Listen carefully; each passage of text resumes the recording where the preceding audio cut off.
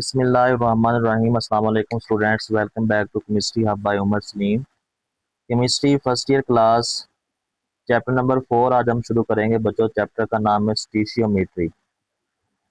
आज हमारी lecture series का लेक्चर नंबर 1 है, जिसके अंदर हम स्टीशियोमेट्री का इंट्रोडक्शन स्टडी करेंगे। बच्चों, जो लफ्ज़ स्टीशियोमेट्री है ये दो ग्रीक वर्ड से मिलकर बना है। ग्रीक वर्ड्स हैं दो। पहला वर्ड है ग्रीक वर्ड स्टीशियोन। पहला वर्ड कौन सा है बच्चों? स्टीशियोन। और जो दूसरा वर्ड है वो है मीट्रॉन। दूसरा वर्ड है आपके पास। इन दो अल्फाज को जब मिलाया गया तो आपके पास बनता है स्टीशियोमेट्री। अब स्टीशियोन का मतलब क्या होता है? स्टीशियोन का मतलब होता है बच्चों एलिमेंट। इसका मतलब आपके पास क्या होता है? एलिमेंट। और मीट्रॉन का मतलब होता है मेजरमेंट।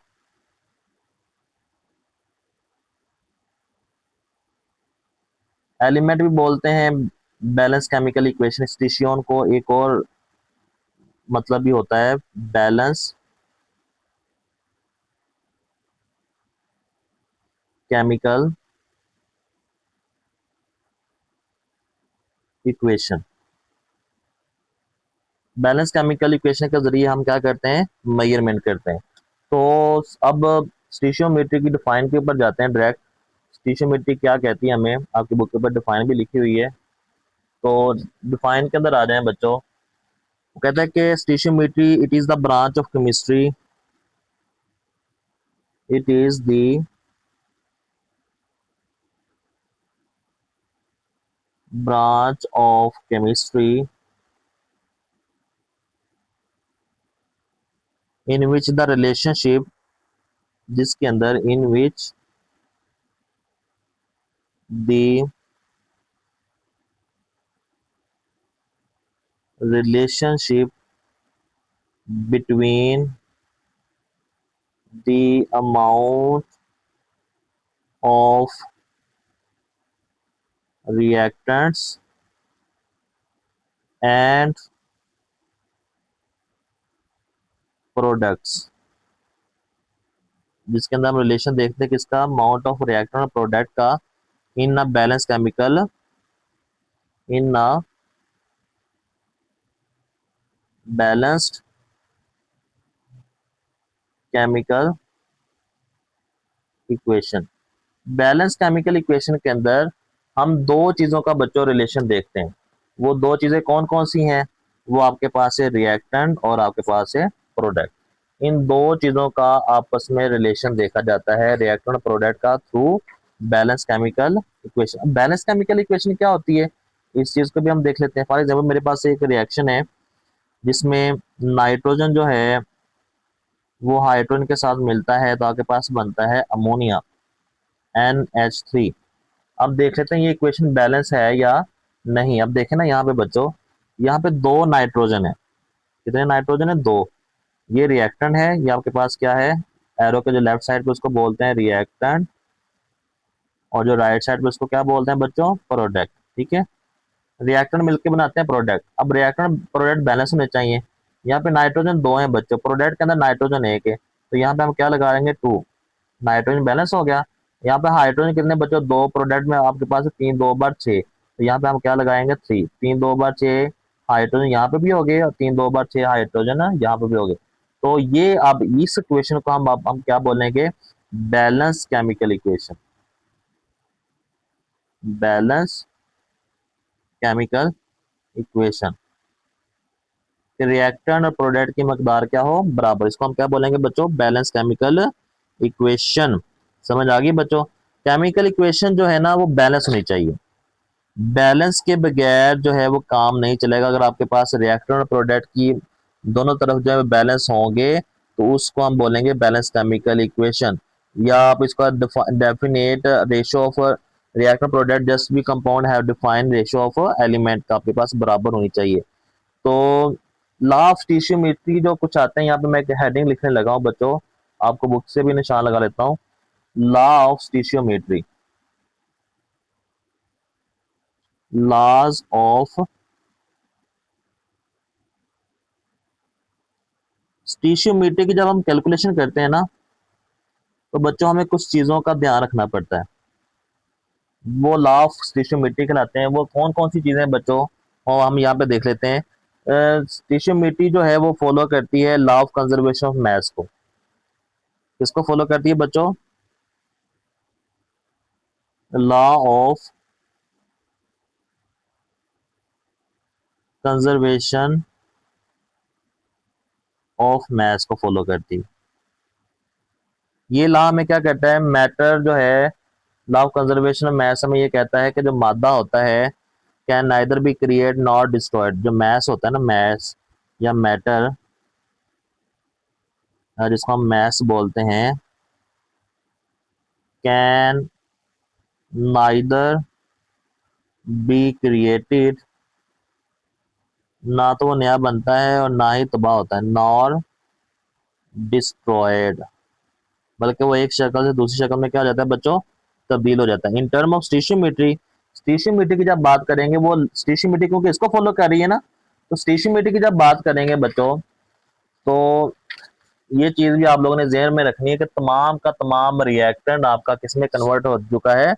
प्रोडक्ट में तब्दील हो चुका है। तो स्टीशियोमेट्री के हवाले से इन टर्म ऑफ, हम क्योंकि स्टीशियोमेट्री पढ़ रहे हैं, इन टर्म ऑफ स्टीशियोमेट्री, अगर आप स्टीशियोमेट्री की बात करेंगे,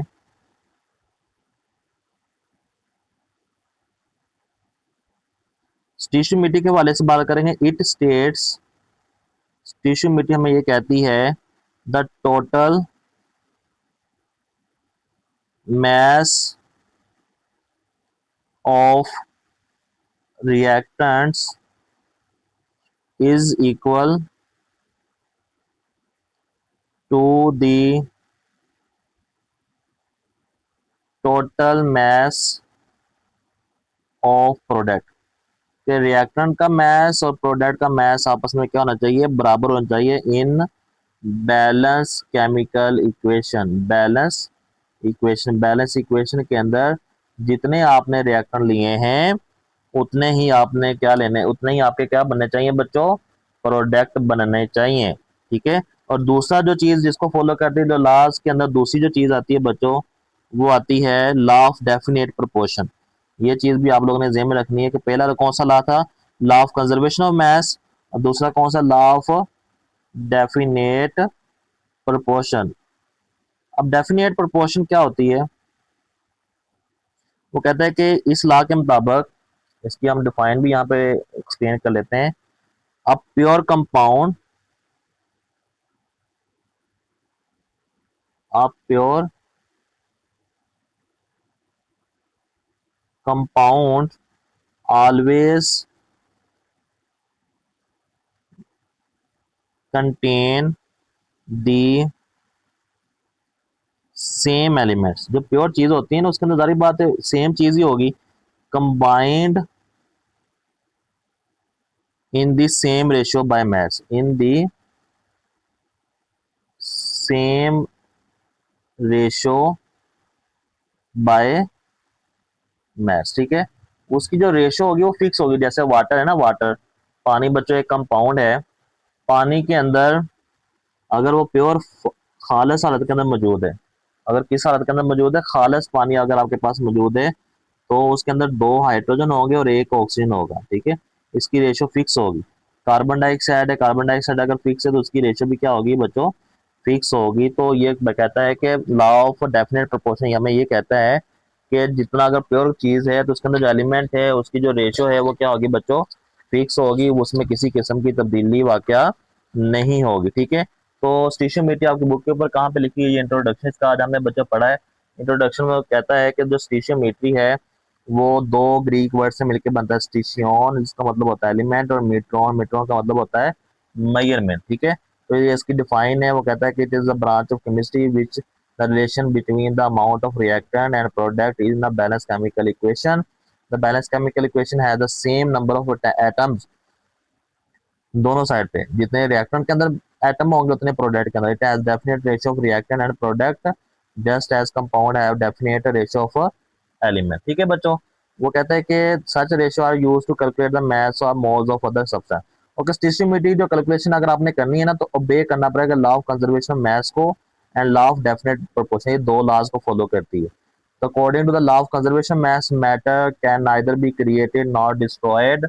it state that in term of stoichiometry के जुबान में कहा जाए कि total mass of reactant is equal to the total mass of product in balance chemical equation. Law of definite proportion क्या कहते हैं, पोर सब्सटेंस जो होता है ना compound contain the same element combine in the same ratio by mass. तो यहाँ तक इसका इंट्रोडक्शन था बच्चों, आज के लिए इतना ही। नेक्स्ट लेक्चर के अंदर हम कॉन्सेप्ट ऑफ मोल जो है वो इसका टॉपिक 4.1 स्टडी करेंगे। तो तब तक अल्लाह हाफिज़।